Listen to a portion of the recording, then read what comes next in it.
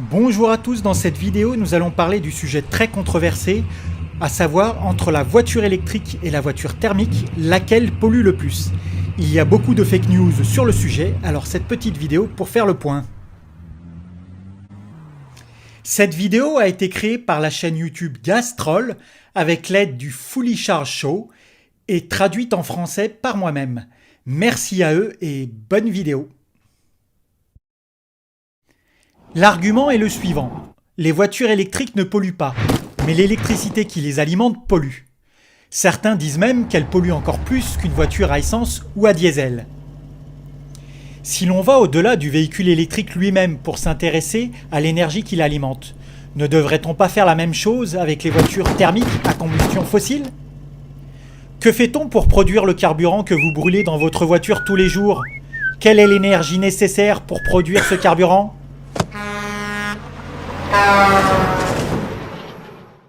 L'essence ou le diesel commence sous la forme de pétrole, qui se trouve à en moyenne 1800 mètres sous la surface de la Terre. Une grande partie du pétrole est extraite à l'aide de pompes à balancier, dites pompes tête à cheval ou pump jack. Ces pompes ne fonctionnent pas toutes seules.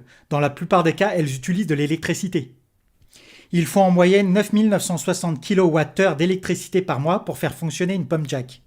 Pour remplacer ce chiffre dans son contexte, cela représente suffisamment d'électricité pour alimenter une Tesla Model 3 pendant 56 000 km, soit environ 3 ans. Aux États-Unis, on estime à 435 000 le nombre de puits de pétrole utilisant des pump jack. La consommation d'électricité de ces puits est estimée à plus de 4300 gigawattheures par mois. C'est beaucoup d'électricité, et ce uniquement pour extraire le pétrole du sol des États-Unis. Si nous utilisions cette électricité pour alimenter directement les véhicules électriques, cela suffirait à alimenter plus de 15 millions de véhicules électriques pendant un mois. Et il ne s'agit que des puits de pétrole américains sur Terre.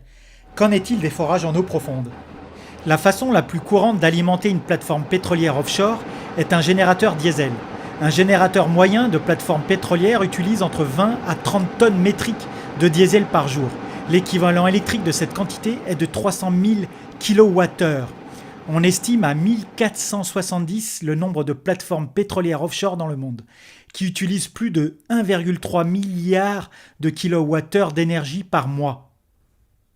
Tout ce pompage de pétrole combiné suffirait à alimenter 19,5 millions de véhicules électriques par mois. Et il ne s'agit que de l'énergie utilisée pour pomper le pétrole du sol aux États-Unis et en mer. Ainsi, non seulement le carburant pollue lorsque nous le brûlons dans nos voitures, mais nous utilisons également une énorme quantité d'électricité rien que pour pomper le pétrole qui sert à fabriquer le carburant.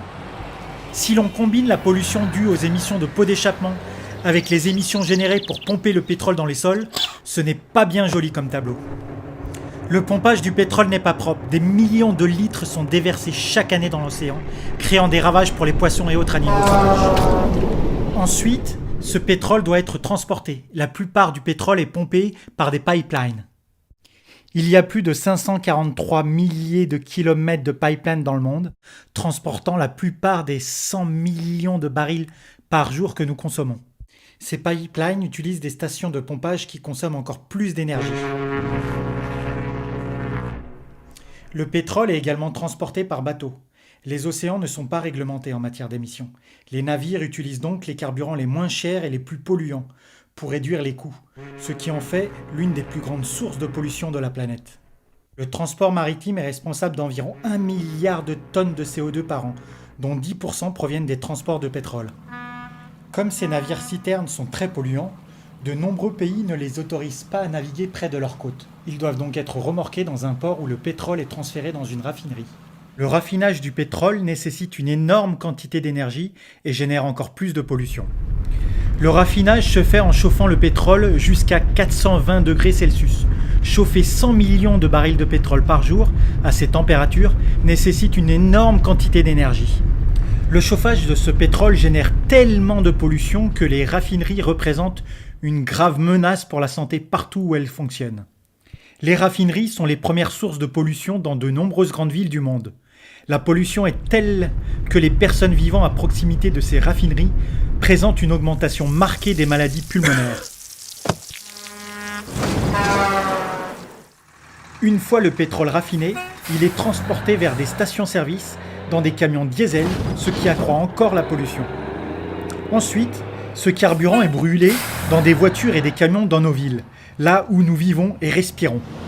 Ces voitures et ces camions thermiques ont des moteurs à combustion interne extrêmement inefficaces. 70% de l'énergie provenant de la combustion des combustibles fossiles est gaspillée sous forme de chaleur, tandis que seulement 30% sert à faire tourner les roues.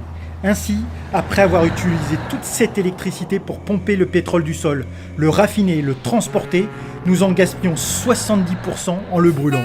La production de combustibles fossiles est un processus incroyablement sale et inefficace du début à la fin.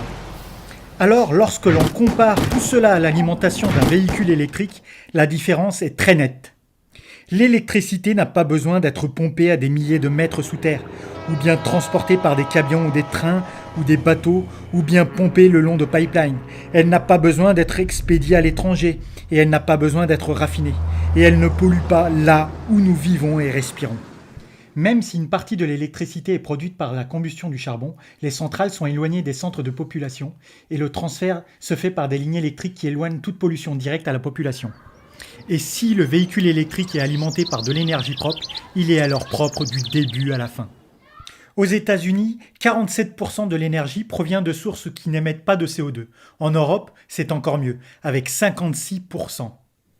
Et le pourcentage d'énergie propre augmente chaque année, car au fur et à mesure, les centrales au charbon et au gaz sont remplacées par des sources d'énergie renouvelables. Qu'en est-il du lithium utilisé dans les batteries des voitures électriques ? Le lithium est un métal extrait essentiellement dans le désert d'Australie, de Chine, d'Argentine et du Chili. En plus d'être un ingrédient clé des batteries, le lithium est également utilisé comme médicament pour les troubles bipolaires. On a beaucoup parlé de l'impact environnemental de l'extraction du lithium, mais tout cela est un peu exagéré. L'Australie est le plus grand producteur de lithium au monde. S'il y avait des problèmes environnementaux majeurs avec cette exploitation minière, certains Australiens en parleraient. Mais de quoi l'Australie parle-t-elle vraiment quand il s'agit de pollution ? Le raffinage du pétrole, oui, le raffinage du pétrole crée un risque environnemental bien plus important que l'exploitation du lithium dans tout le pays. L'Australie n'est pas un pays densément peuplé. Elle ne consomme que 1% de l'approvisionnement mondial en pétrole et ne raffine qu'un quart du pétrole qu'elle consomme. Mais elle exploite 50% du lithium mondial. Ainsi, dans un pays qui ne raffine qu'un quart de 1% du pétrole mondial et extrait 50% du lithium mondial, les principaux facteurs de pollution et de risque pour la santé humaine en Australie sont bien les raffineries de pétrole. Et tout cela ne prend même pas en compte le forage, le pompage, le transport et la combustion de ce pétrole. Il ne s'agit que de son raffinage. Plus on regarde de près, plus l'argument selon lequel la production de batteries est en quelque sorte aussi mauvais que le cycle de combustion fossile est ridicule. Toutes les mines de lithium exploitées dans le monde à ce jour n'ont pas causé autant de dommages à l'environnement qu'une seule grande marée noire.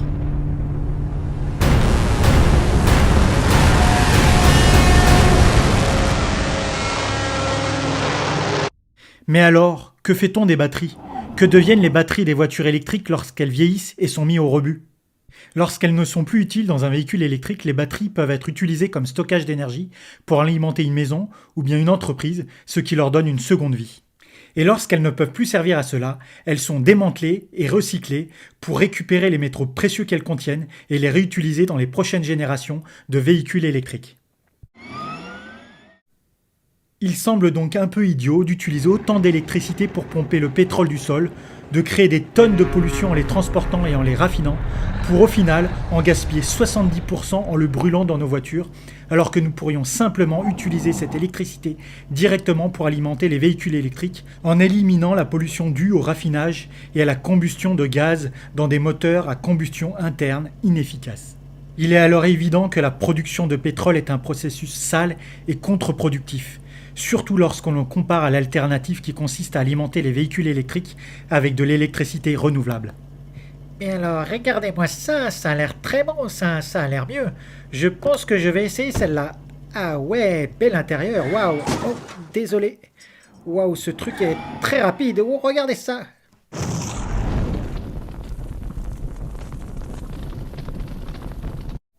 Mais alors, que pouvez-vous faire ? L'un des derniers obstacles empêchant de nombreuses personnes de passer à l'électrique, outre la désinformation et les fake news, est celui des personnes qui vivent dans des appartements ou des copropriétés avec des parkings partagés. Beaucoup de ces résidents rencontrent des problèmes pour installer des bornes de recharge.